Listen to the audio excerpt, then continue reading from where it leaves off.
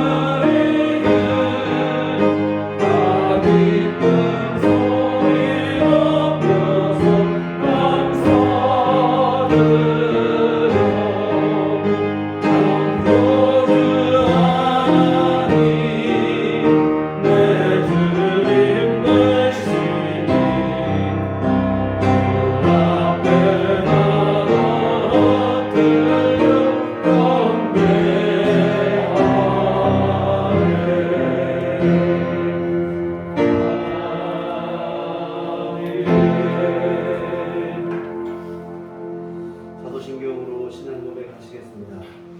전능하사 천지를 만드신 하나님 아버지를 내가 믿사오며 그의 아들 우리 주 예수 그리스도를 믿사오니 이는 성령으로 잉태하사 동정녀 마리아에게 나시고 본디오 빌라도에게 고난을 받으사 십자가에 못 박혀 죽으시고 장사한 지 사흘 만에 죽은 자 가운데서 다시 살아나시며 하늘에 오르사 전능하신 하나님 우편에 앉아 계시다가 저리로서 산 자와 죽은 자를 심판하러 오시리라. 성령을 믿사오며 거룩한 공회와 성도가 서로 교통하는 것과 죄를 사하여 주시는 것과 몸이 다시 사는 것과 영원히 사는 것을 믿사옵나이다. 아멘.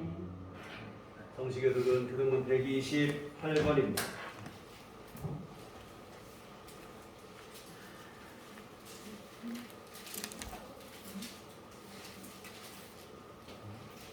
교독문 28번 가순절 다섯째 주 말씀 함께 교독하시도록 하겠습니다.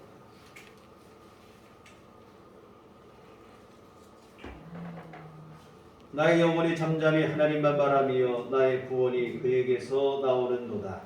오직 그만이 나의 반석이시오 나의 구원이시오 나의 요새시니 내가 크게 흔들리지 아니하리로다. 넘어지는 담과 흔들리는 울타리같이 사람을 죽이려고 너희가 일제히 공격하기를 언제까지 하려느냐. 그들이 그를 그의 높은 자리에서 떨어뜨리기만 하고 거짓을 주게 하니 입으로는 축복이요 속으로는 저주라. 나의 영혼아 잠잠히 하나님만 말하라. 물은 나의 소망이 그로부터 나오는도다.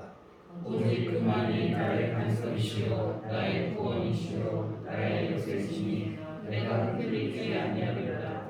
나의 구원과 영광이 하나님께 있으며 내 힘의 반석과 피난처도 하나님께 있도다.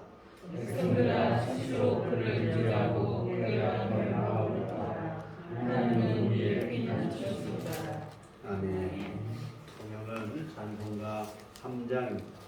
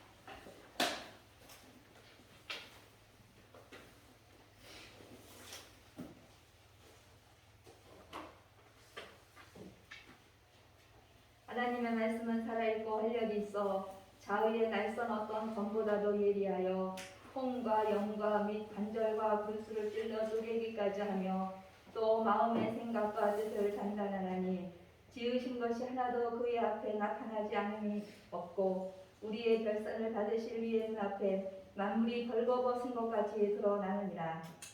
거룩하시고 은혜로우신 하나님 아버지께 감사와 영광을 돌립니다. 주님, 세상에서 지켜주셨다가 복된 날 주님의 보좌 앞으로 불러주셔서 예배드리게 하심을 진심으로 감사합니다. 이 시간 오직 주님만 찬양하고 경배합니다. 주님께 드리는 예배가 기쁨과 감사가 넘치게 하여 주시옵소서. 주님께서 기뻐 받으신 영과 진리로 예배드리기를 원합니다. 우리들의 예배를 기뻐 받아 주시옵소서. 어느덧 긴 겨울이 지나고 봄이 왔습니다. 벌써 매화꽃과 벚꽃이 봄꽃들이 활짝 피었습니다. 아버지 하나님, 이 추운 긴 겨울을 딛고 핀 꽃처럼 우리도 사순절 기간 동안 말씀과 기도로 묵상하며 준비하는 믿음의 성도님들이 되게 하여 주시옵소서. 우리들 위해 십자가의 고난을 준비하시는 예수님처럼 순종함으로 승리하게 하여 주시옵소서. 주님께서 우리를 위해 받으실 십자가의 고난, 그 크신 은혜를 기억하며 주님만 섬기게 하여 주시옵소서. 예수님이 우리 사랑하신 것 같이 우리의 삶이 조금이라도 이웃을 사랑하게 하여 주시옵소서. 주님 안에서 믿음으로 성도 간에 더욱 섬기고 사랑하게 하여 주시고 주께서 주신 그 큰 은혜가 우리 교회 안에 넘치게 하여 주시옵소서. 교회 안에서 우리의 삶 속에서 감격과 기쁨이 있게 하시고 진정한 용서와 위로와 감사가 넘치는 주님의 교회가 되게 하여 주시옵소서. 오늘 성도님들 사순절 기간에 더욱 기도하게 하시며 말씀을 묵상하여 주님의 뜻에 순종하는 사순절이 되게 하여 주시옵소서. 하나님의 말씀은 우리의 가슴에 언제나 살아있습니다. 살아계신 주님의 말씀이 우리의 삶을 주관하게 하여 주시옵소서. 주님의 말씀을 가지고 세상에서 우리의 삶에서 순종하려 할 때 믿음으로 행하지 못할 때가 많이 있습니다. 우리들을 용서하여 주시옵소서. 요즘 코로나19로 인한 전도하기가 더 어려워졌습니다. 예수 믿는 사람들을 예면하는 사람조차 있습니다. 주님, 우리 교회들이 깨어 코로나 수칙을 세상 사람들보다 더 잘 지키게 하시고 믿음으로 승리케 하여 주시옵소서. 믿음이 없어 예수님 마음을 슬프게 하는 영혼이 되지 않게 하여 주시옵소서. 의로우신 주님께서 우리의 믿음을 지켜주시고 성령으로 충만하게 하여 주시옵소서. 코로나로 인해 몸이 불편하여 예배 드리러 못 나오시는 성도님들, 주님 집에서 온라인으로 예배 드릴 때 성령께서 주관하시고 은혜 받아 삶으로 순종하게 하여 주시옵소서. 주님, 연세 드신 성도님들 은간에 강건하게 하여 주시옵소서. 몸이 불편하여 예배 드리러 못 나오시는 일이 없도록 주님께서 늘 주관하여 주시고 성령으로 인도하여 주시옵소서. 주님, 코로나가 하루속히 종식되어서 전도하게 하시고 예배당의 빈자리를 채워주셔서 하나님이 기뻐하시는 우리들 교회가 되게 하여 주시옵소서. 우리들 교회 부흥 되게 하여 주시옵소서. 담임 목사님을 위해 기도합니다. 목사님 영육간에 강건하게 하시고 성령으로 충만하게 하여 주시옵소서. 성도님들을 위해 늘 기도하시고 신방하시고 말씀 준비하실 때마다 피곤치 않게 하여 주시고 주님의 능력으로 채워주시옵소서. 주님의 권능으로 충만케 하여 주시옵소서. 목사님 강단에서 말씀 선포하실 때 진리의 말씀이 우리 속에서 역사하여 주시고 우리는 변화받아 믿음의 삶으로 살아가게 하여 주시옵소서. 살아있는 진리의 말씀으로 세상을 승리케 하여 주시옵소서. 언제나 우리들의 삶이 하나님 아버지께 영광 돌리게 하여 주시옵소서. 우리를 지혜서 권하신 예수 그리스도의 이름으로 기도합니다. 아멘.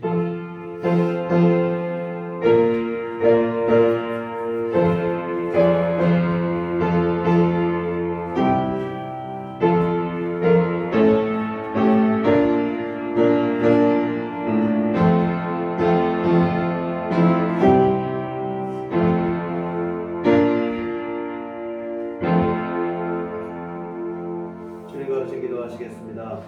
하늘에 계신 우리 아버지여, 이름이 거룩히 여김을 받으시오며 나라의 마옵시며 뜻이 하늘에서 이룬 것 같이 땅에서도 이루어지이다. 오늘날 우리에게 일용할 양식을 주옵시고 우리가 우리에게 죄 지은 자를 사하여 준 것 같이 우리의 죄를 사하여 주옵시고 우리를 시험에 들게 하지 마옵시고 다만 악에서 구하옵소서. 내게 나라와 권세와 영광이 아버지께 영원히 쌓아옵나이다. 아멘. 이 시간 우리에게 주신 하나님 말씀은 신약성경 마태복음 6장 9절에서 13절까지 말씀하시겠습니다. 신약성경 마태복음 6장 9절에서 13절.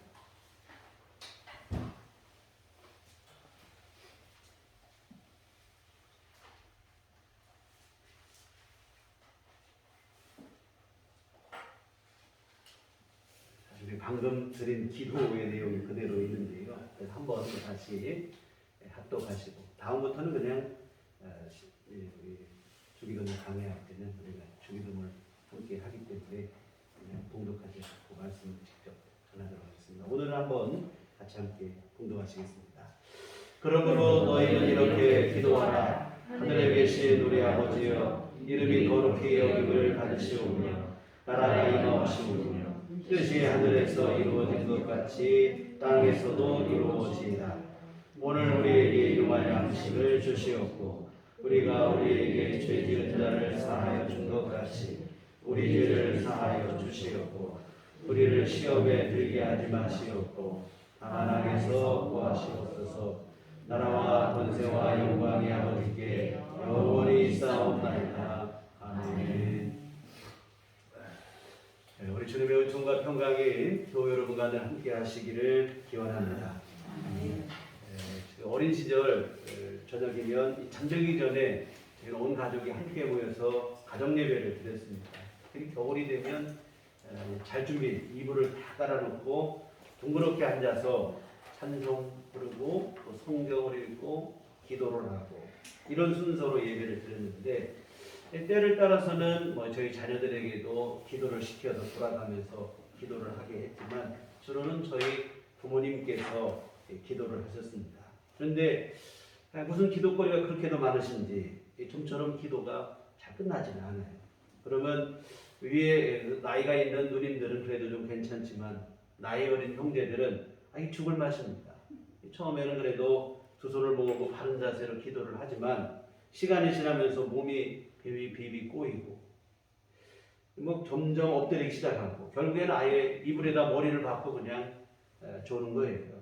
여하튼 이렇게 한참 기도를 하시고 기도가 끝나면 다 함께 이제 주기도문을 하는 것으로 가정 예배를 마치게 되는데 하늘에 계신 우리 아버지요, 이렇게 저희 아버지가 먼저 선창을 하시면 따라서 기도를 하는데 이 하늘에 계신 우리 아버지요 하고 주기도문이 시작하면 그렇게 기쁠 수가 없습니다.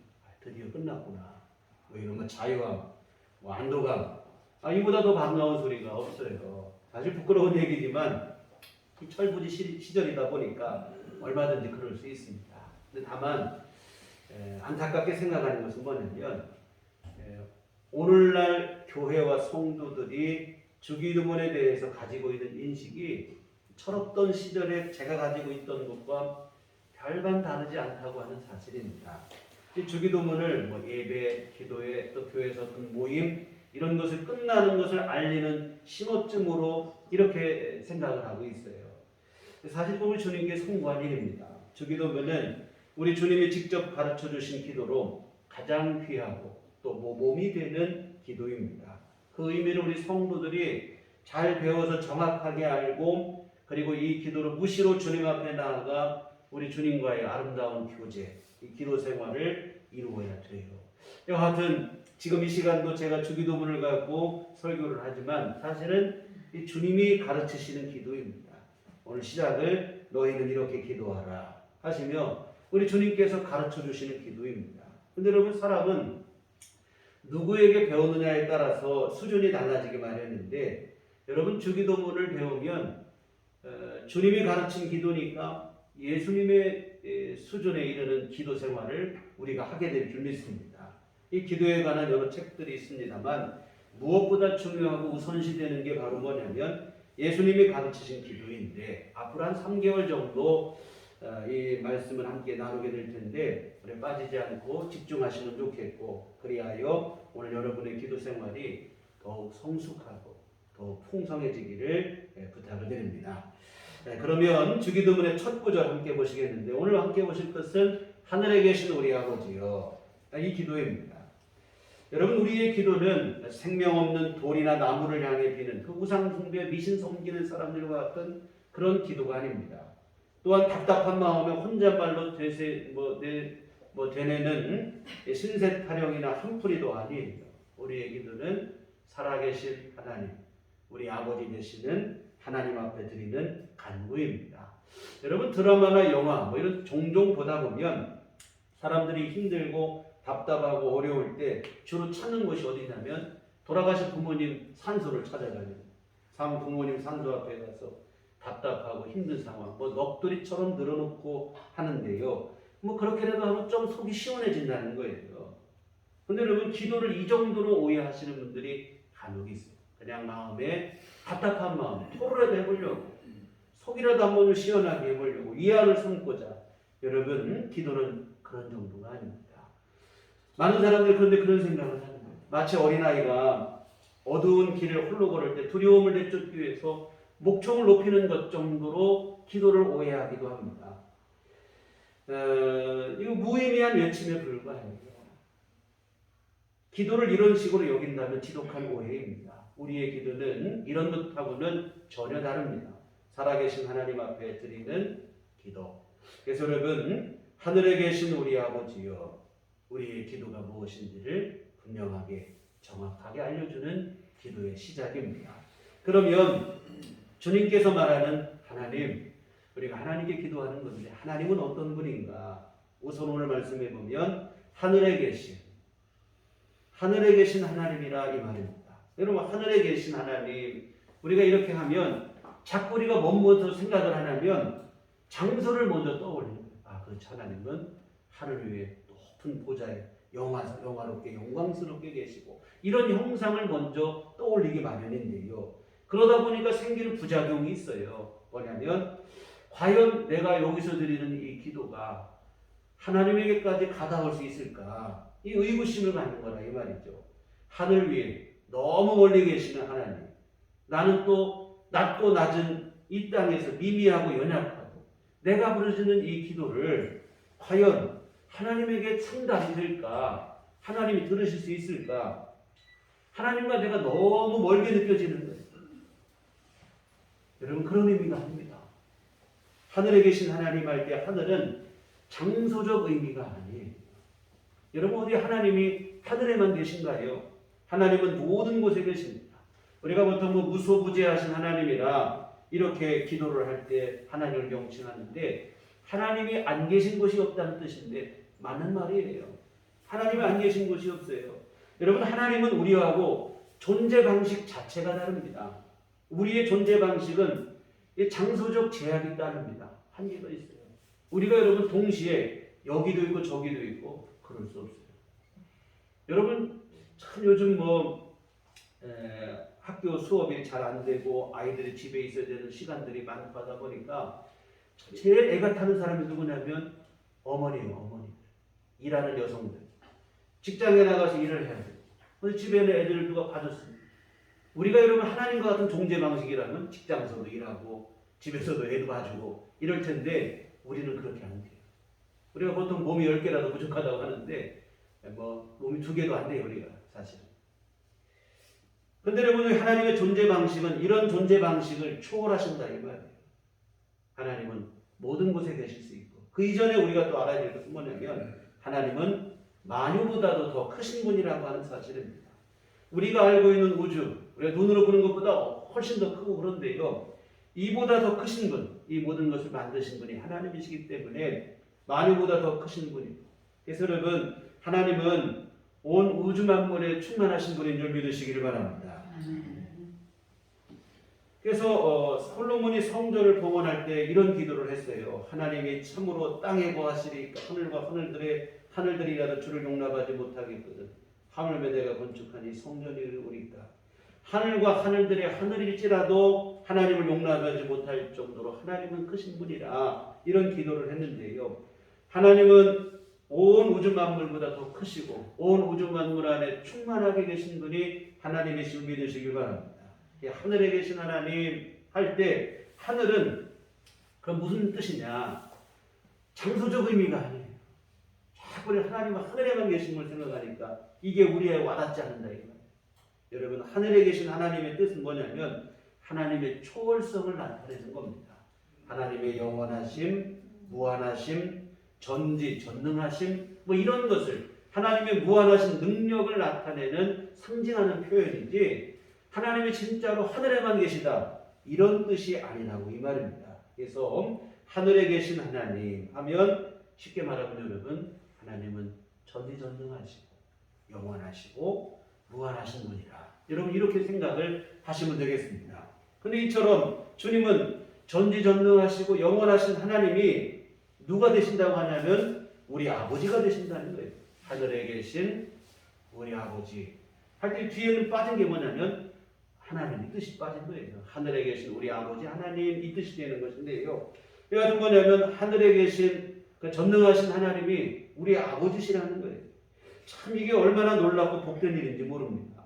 이 전능하신 하나님께서 우리 아버지가 되셨고 나는 하나님의 자녀가 되었고 여러분 이것은 사실은 내가 하나님 앞에 아버지라고 부를 수 있다는 것 자체가 영광이에요.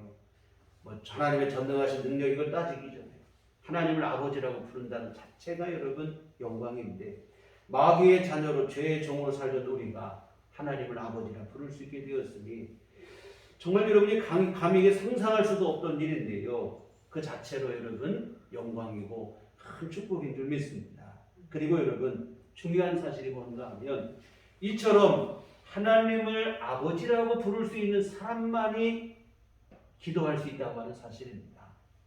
기도는 아무나 하는 게 아니에요. 여러분 사람마다 갑자기 어려우면 아유 하나님 아버지 하나님 아버지라고 하나 보통 뭐라고 하냐면 하나님 부처님 이렇게 기도를 해요 사람들이. 교회 안 다니는 사람 이것저것 하나라도 걸리려고 하나님 부처님 하면서 막 기도를 하고 하는데요. 여러분 그런다고 기도가 되는 게 아니에요. 기도는 누가 할 수 있는 것인가? 하나님이 내 아버지가 되심을 믿고 하나님이 자녀라고 부르시는 사람들만이 기도할 수 있는 것인 줄 믿습니다. 이런 의미에서 보면 우리 기도합시다 하면 또 기도하라고 하나? 여러분 아니에요. 기도는 무거운 짐과 의무가 아니라 기도는 여러분에게 주어진 하나님의 자녀들에게만 주어진 특권이며 선물임을 기억하시길 바랍니다. 여러분 하나님이 아무리 전능하시고 위대하시고 영원하시다고 해도 그 하나님이 내 아버지가 안 되면 소용없는 일이에요. 기도할 수조차도 없는 거라 이 말입니다. 아무리 그분에게 도움을 얻고 싶어도 허사라 이 말이에요. 설령 기도를 한다고 해도 헛수고가 되는 거예요. 하나님이 내 아버지가 되시니 분명하게 믿어질 때 우리는 기도할 수 있고 또한 하나님의 도움을 얻게 되는 줄 믿습니다. 그래서 여러분 하나님을 아버지라 부를 수 있는 일 이보다 더 귀한 일이 없고 정말 여러분이 감사하게 여기셔야 될 일이고 여러분이 하늘에 계신 우리 아버지요 하나님을 아버지라고 부를 수만 있으면 여러분 이미 그 자체로 기도는 완성이 된 것과 똑같아요. 하나님이 내 아버지로 믿어지는 것 이 사실이 정말 중요하고 이게 여러분 안에 분명하셔야 될 줄 믿습니다. 그러면 여러분 기도를 잘하고 못하고를 떠나서 이미 하나님이 내 아버지인 것만 분명히 믿어지고 아버지 하고만 불러도 기도는 완성이 되는 거예요. 여러분 어린 시절을 우리가 좀 안 되고 그러면 어떡합니까? 엄마를 부르잖아요. 엄마 불러갖고 말이나 제대로 합니까? 그냥 안 되면 울기야 울어요. 울면 엄마가 알아서 해주는 거예요. 그 엄마가 내 엄마인 것만 알고 엄마에게 도움을 요청해야 된다는 것만 알아도 여러분 되는 거예요. 마찬가지로 하나님이 내 아버지인 것만 알고 아버지요 하고만 불러도 여러분 기도는 완성된 것과 똑같아요. 우리 신학교 시절에 수업을 할 때 교수님께서 기도를 시키시는 교수님이 있어요. 학생이 누구 하나 시켜가지고 기도를 하고 수업을 시작을 하는데 근데 우리 친구 중 한 분이 지금 목사님이 됐죠. 우리 친구 목사님이 그때 순서가 돼서 기도를 하라고 하니까 하나님 아버지 감사합니다 이렇게 기도를 시작을 했어요. 근데 그 당시만 해도 이게 참 웃긴 얘기인데 신학생들 같은 경우는 이런 식으로 기도하면 촌스럽다고 생각을 했어요. 신학생이 됐는데 하나님 아버지야 기도를 하나 다른 데도 좀 그럴듯한 표현을 씁니다. 그 당시는 또 우리가 하도 군부 독재 시절이다 보니까 데모를 막 하다가 정의로우시고 평화를 이런 그런 얘기를 해야 좀 그래도 기도가 답답다고 생각을 했어요. 근데 이 친구는 하나님 아버지 감사합니다. 속으로 친구들이 다 이제 기도 참 촌스럽게 한다 했는데 근데 교수님이 기도가 끝나자마자 지금껏 한 기도 중에 제일 훌륭한 기도라고 하는 거예요. 왜 그러시냐 했더니 하나님을 아버지라고 부르는 게 가장 좋은 기도라는 거예요. 아무리 그럴듯하게 해도 하나님을 아버지라고 부르지 못하면 소용없는 일이라는 거예요. 정말 그런 것 같아요. 제가 집에 갔는데 우리 혜인이가 목사님 이런 것도 이상한 일이고 이성용 씨 이런 것도 더 이상한 일이고 아빠하고 불러줘야 가장 친밀하게 느껴져요. 그러면 그렇잖아요.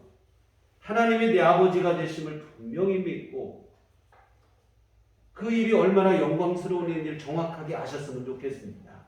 그리고 이런 믿음을 바탕으로 하여 진심으로 하나님을 아버지라 부르며 기도하시기를 부탁을 드립니다. 이때 비로소 하나님과 친밀한 교제가 이루어지고 사실은 진정한 기도 생활이 거기에서 나오는 줄 믿습니다. 그 같은 데서 여러분 기도할 때 자꾸 내가 뭘 구하는가 자꾸 이거만 그거 이전에 내가 누구 앞에 하나님 앞에 그 하나님 누구신가? 내 아버지시라. 여러분 이게 분명하셔야 될 줄 믿습니다.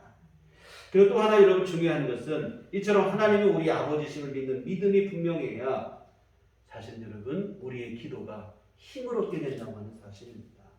여러분이 자꾸 기도를 가끔 그렇게 생각할 때 있어요.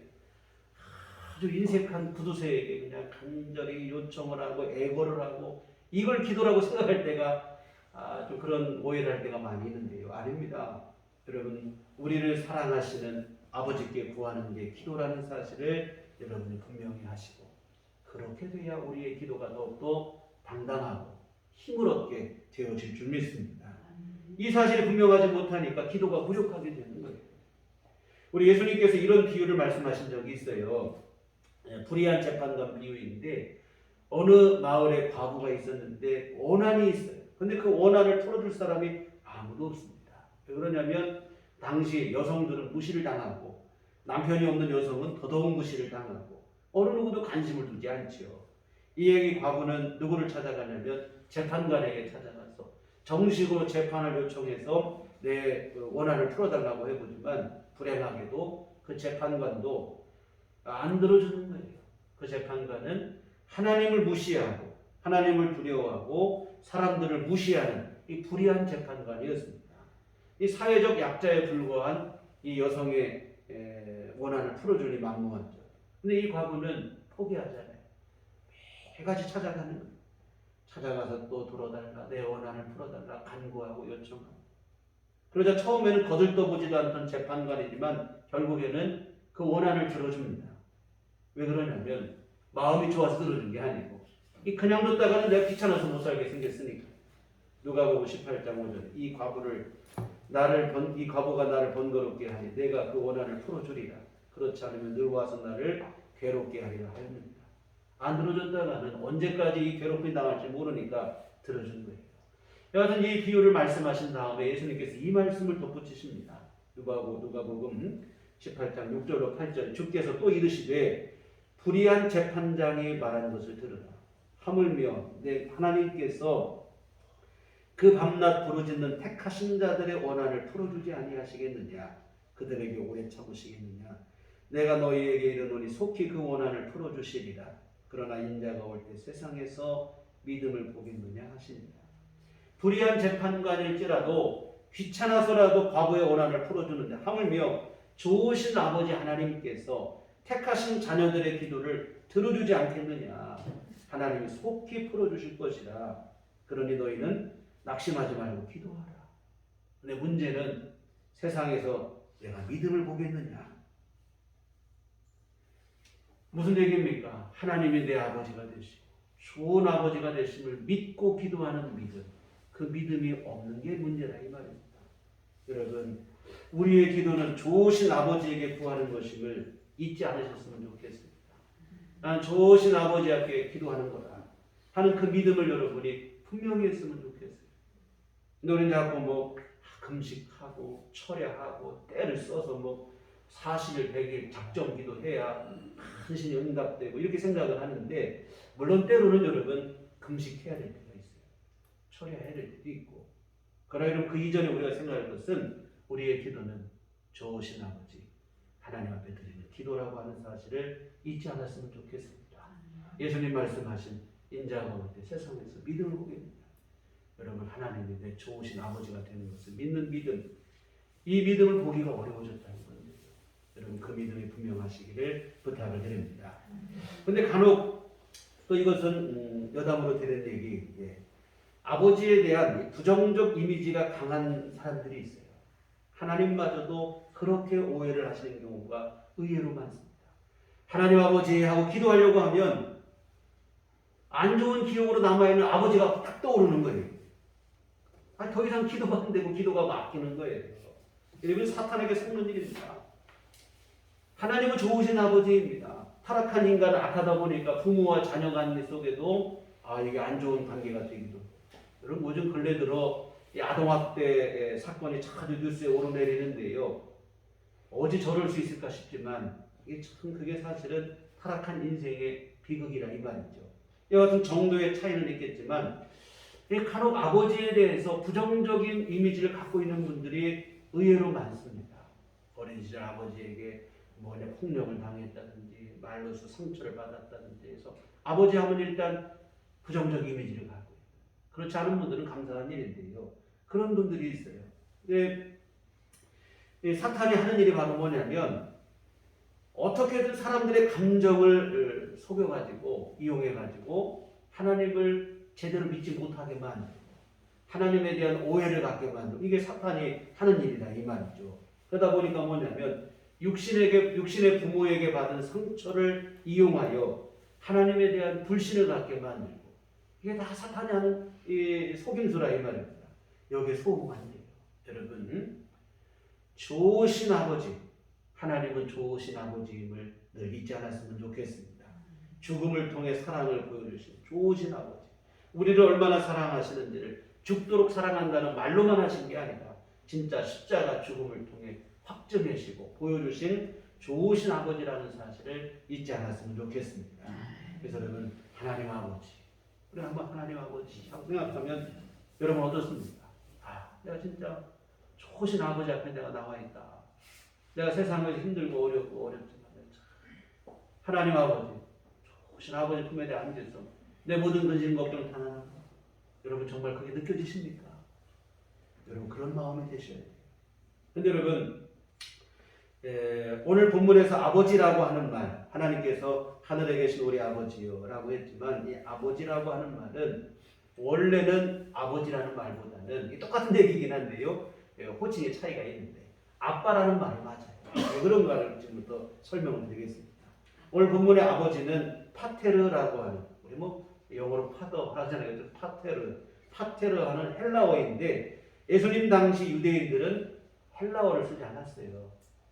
성경은 그 당시 로마시를 쓰다 보니까 헬라어를 썼지만 예수님 당시 유대인들은 헬라어를 쓰지 않았습니다.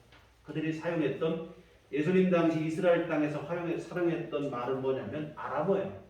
아람어는 어디 말이냐면 이스라엘 바로 위에 있는 시리아 말입니다. 시리아라고 하는 나라의 말인데 이와 같은 아람어를 사용했는데 성경에 보면 아람어가 그대로 헬라어로 번역이 안 되고 아람어 그대로 쓰여진 곳이 몇 곳이 있어요. 뭐냐면 달리다고, 엘리엘이 라마사마다, 에바다, 이런 얘기를 예수님이 하신 말씀들인데 이게 헬라어로 번역이 안 되고 예수님 시대에 쓰였던 아람어 그대로 이렇게 표현된 얘기들인데 당연히 예수님이 이제 아람어를 사용하시니까 여러분 예수님께서 기도하실 때도 아람어를 사용하셨을 게 분명하다 이 말입니다.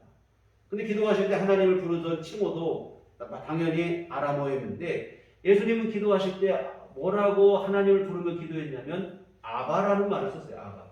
여러분 성경에 옛날에 아바 아버지 이 표현 여러분 다 아시죠? 아바 아버지여 할 수만 있거든 이 자는 내게서 옮겨주시라. 아바라고 하는 표현이 예수님이 하나님을 부르던 호칭인데 근데 여러분 지금 개역개정 우리가 지금 번역된 성경은 아바라고 하는 아람어를 그대로 써놓지 아니하고 지금은 우리 한국말로 아람어를 한국말로 번역을 했어요. 아람어 아바의 한국말은 뭔지 아십니까? 아빠예요, 아빠. 여러분 이 모든 언어가 어린아이들이 쓰는 말들은 다 비슷해요.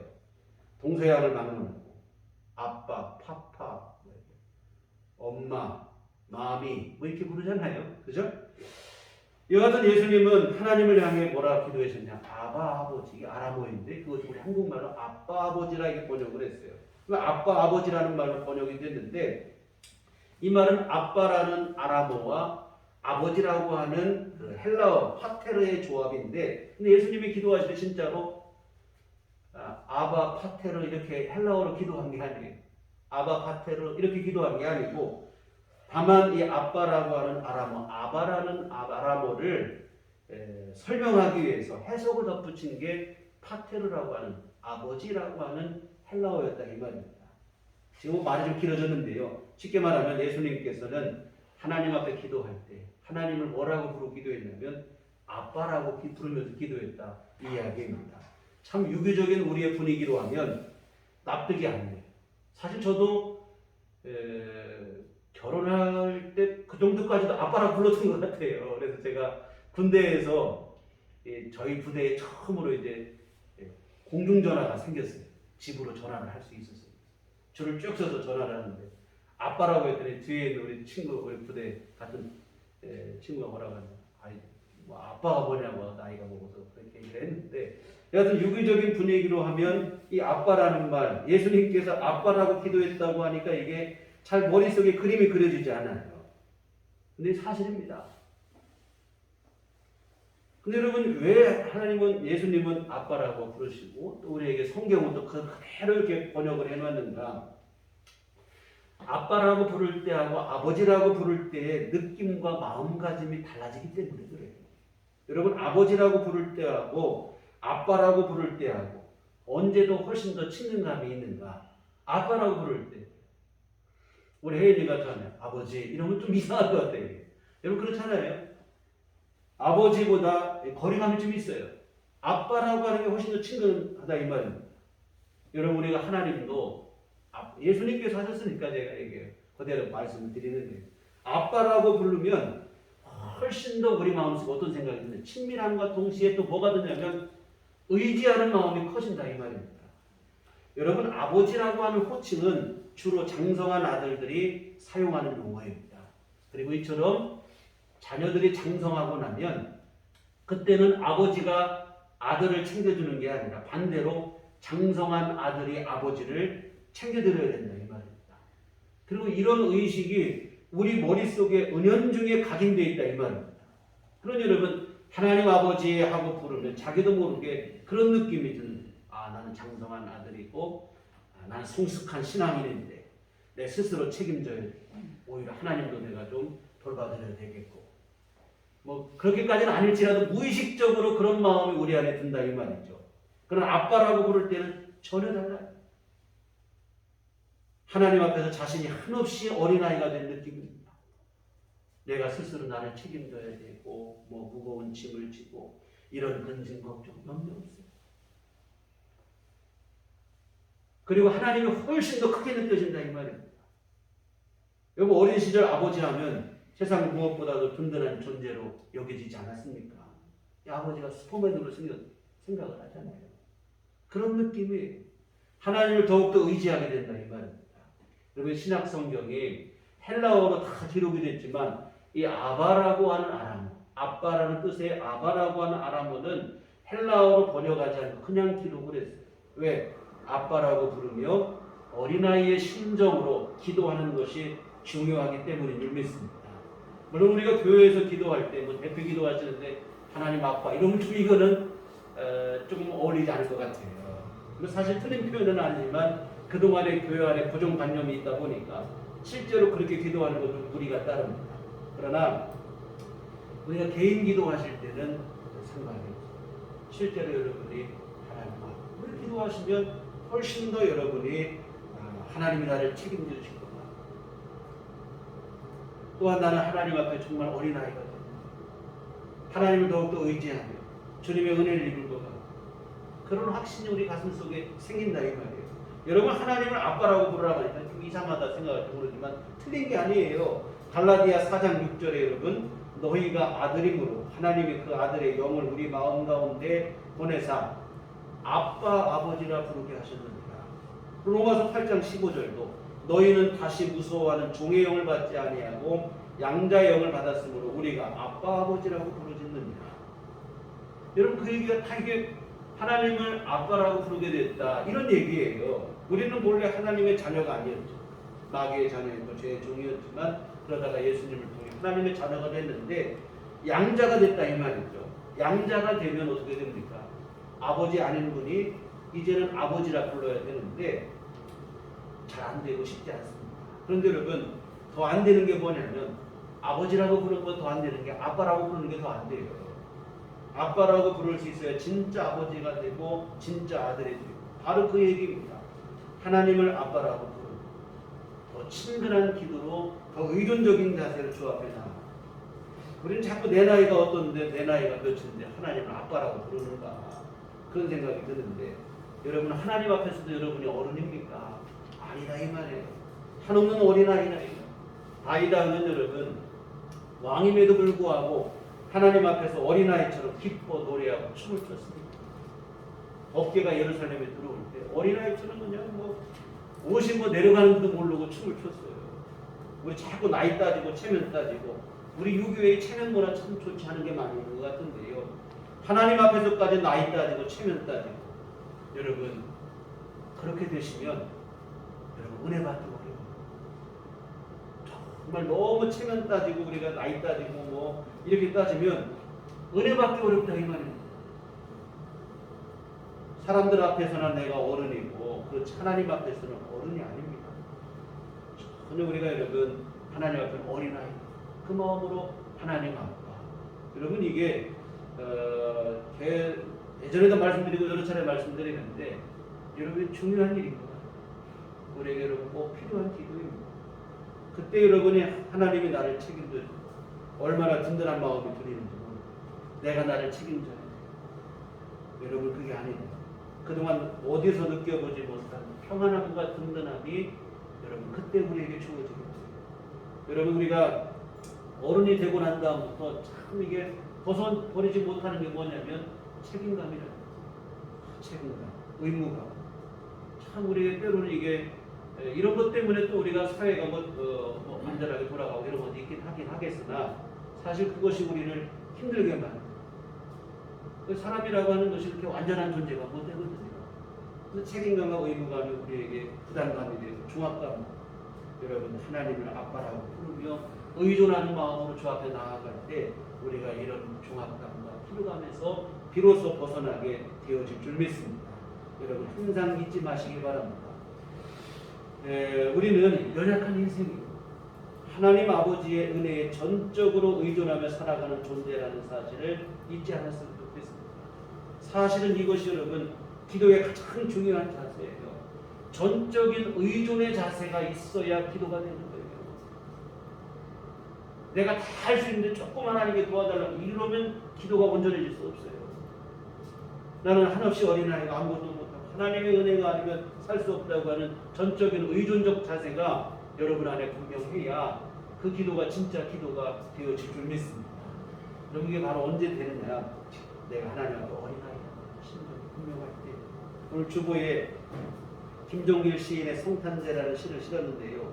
5연에 보면 나는 한 마리 어린 짐승 젊은 아버지의 서늘한 옷자락에 열로 생기한 볼을 말없이 누비는 것이었다 라는 말이 있습니다.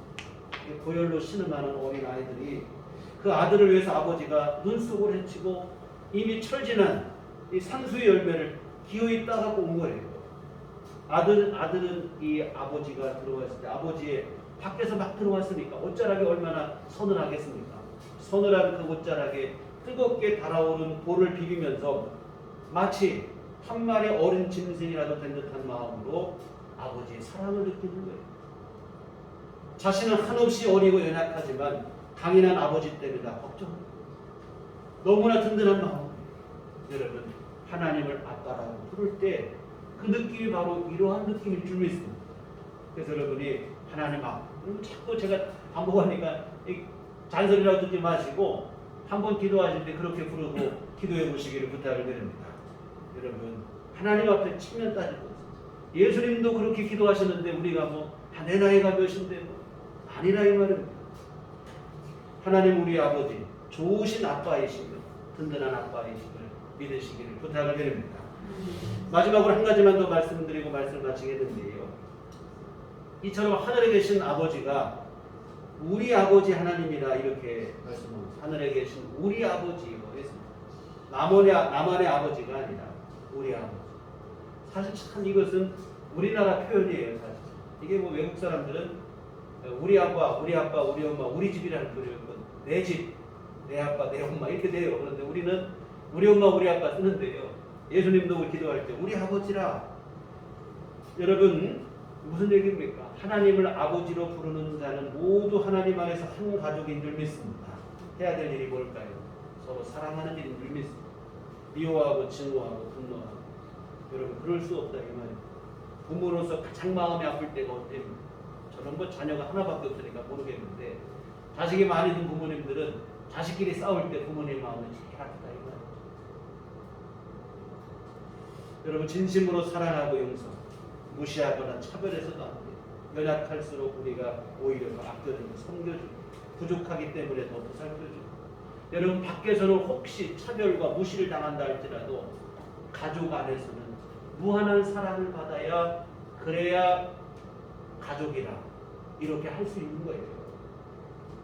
가족 안에서마저 차별을 받고 소름을 당한다면 이게 바로 가정이 될 수 없고 가족이 될 수 없죠. 서로 사랑하고 위로하고 격려. 그래서 여러분 우리 교회 안에서는 정말 특히 이 땅의 모든 믿는 사람이 다 한 가족이지만 특히 우리 교회 안에서는 더더욱 한 교회라는 이름으로 우리가 함께 만난 한 가족인 줄 믿습니다. 그래서 여러분 이 안에서는 서로 뭐 잘난 사람, 못난 사람, 뭐 어떤 사람, 괜찮은 사람, 뭐 이런 거 없어요. 모두가 다 한 가족인 줄 믿고 한 가족은 하나가 되고 서로를 섬기는 분위기가 되고 그렇게 돼야 진짜 주님이 기뻐하시는 하나님의 가족으로서의 진정한 교회가 되어질 줄 믿습니다. 그래서 여러분 서로가 서로를 존중하고 서로가 서로를 귀하게 여기고 섬기는 그런 마음가짐으로 우리가 하나님을 아버지라 함께 부르는 한 가족이 되었다는 의식을 항시 잊지 않았으면 좋겠습니다. 사랑하는 성도 여러분, 같은 오늘 우리는 주기도문의 첫 구절 함께 살펴봤어요. 하늘에 계신 우리 아버지. 짧은 구절이지만 사실은 이 한마디에 기도의 모든 의미가 사실은 다 담겨져 있습니다. 하나님을 여러분이 진심으로 아버지라고 부를 수만 있다면 이미 기도는 그 한마디 부르짖음에서 완성이 된 것이나 마찬가지입니다. 하나님이 여러분의 아버지, 친밀하신 아빠이심을 믿습니까? 여러분 정말 그렇다면 여러분의 기도는 이미 그 믿음 안에서 완성이 됐어요. 하여튼 하나님을 아버지로 믿고 기도할 수 있는 여러분 모두가 되시고 정말 여러분 하늘에 계신 아버지 하나님 좋으신 나의 아버지가 되시고 좋으신 나의 아빠가 되시고 내 삶의 은총을 베풀어 주시고 나를 도우시는 분이라는 사실 여러분이 분명히 믿는 그 믿음 안에서 여러분의 기도 생활이 더욱 풍성해지시도록 주님의 이름으로 부탁을 드립니다. 기도하시겠습니다. 걸어가신 아버지 하나님 귀하신 은총을 감사를 드립니다. 참으로 하나님이 우리 아버지가 되시고 그 하나님 앞에 우리를 무시로 나아가 기도할 수 있고 특별히 하나님은 우리 아버지가 되시되 좋으신 아버지이심을 우리 항시 잊지 않게 하여 주시옵소서. 하나님 앞에 전적으로 의존하고 의지하는 자세로 주 앞에 나아가 기도하게 하시고 하나님의 도움과 은혜 안에 살아가는 우리 삶이 될 수 있도록 도와 주시옵소서. 예수님 이름으로 기도했습니다. 아멘. 찬송가 368장 찬송가 368장 찬송하시겠습니다.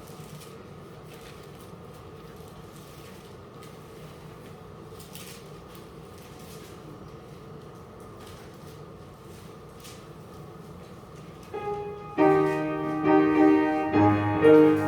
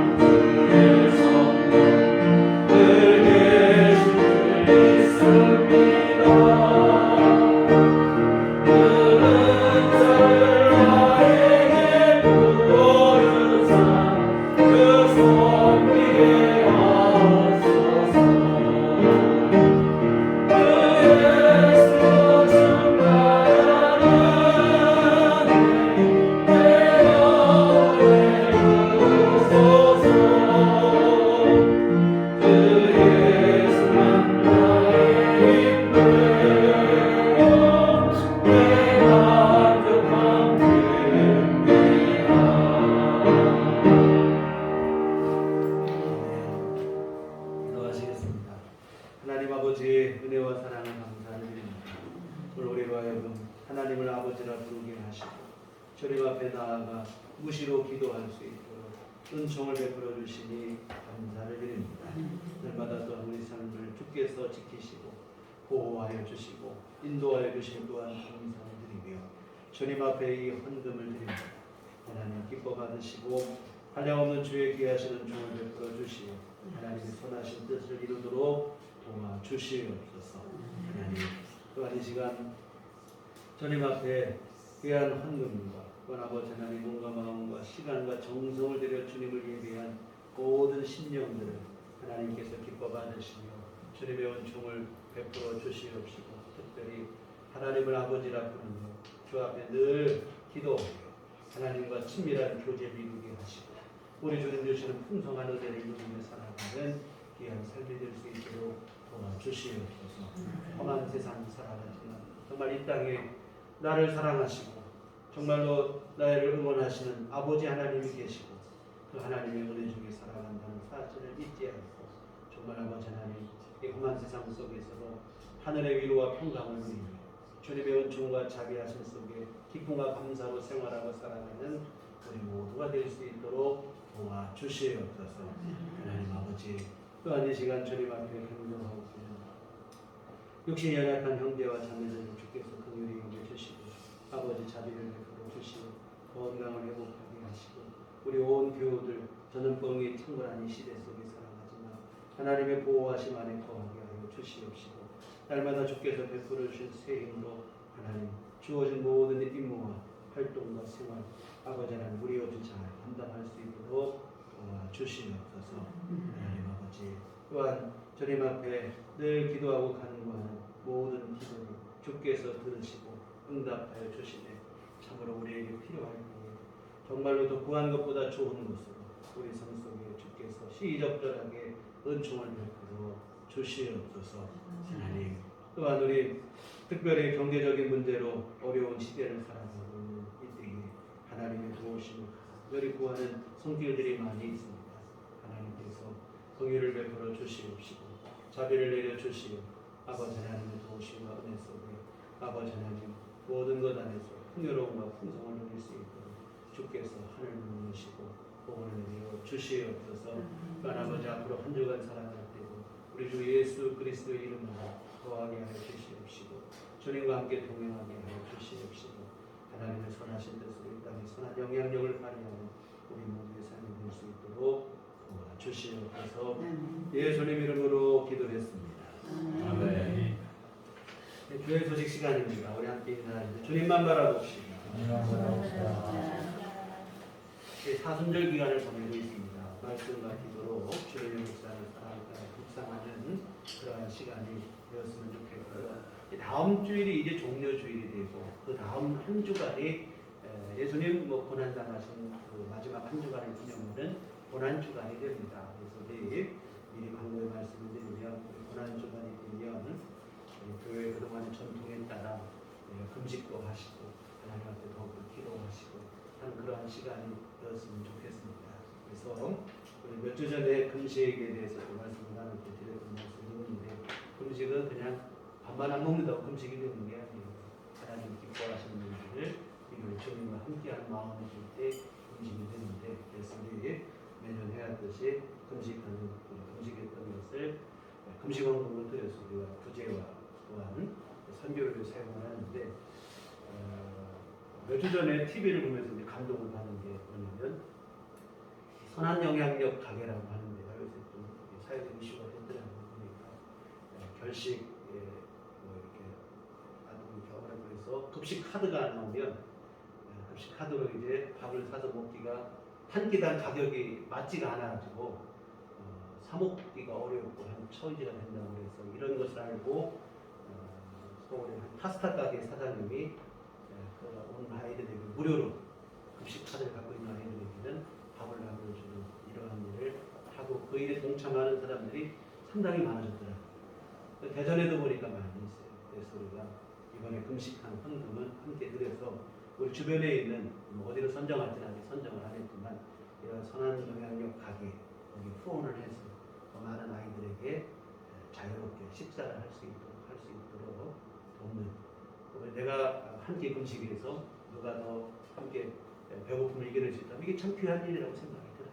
그런 마음으로 함께 해보려고 생각을 하고 있습니다. 다음 주에 함께 바로 말씀드리도록 하겠습니다. 자, 교회 밖에 집회와 성경공부 차별을 끝나고 교회 중심으로 건강하신 생활을 함께 이어갔으면 좋겠습니다.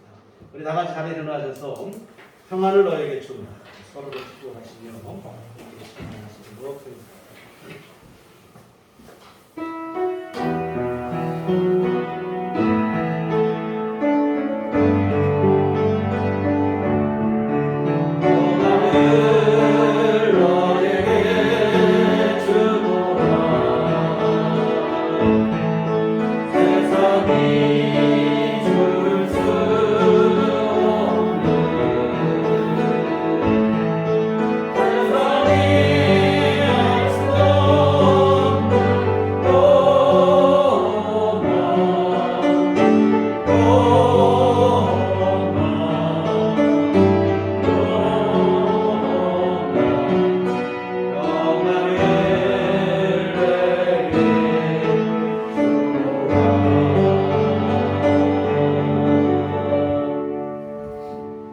오직 성령이 너희에게 임하시면 너희가 권능을 받고 예루살렘과 온 유대와 사마리아와 땅 끝까지 이르러 내 증인이 되리라.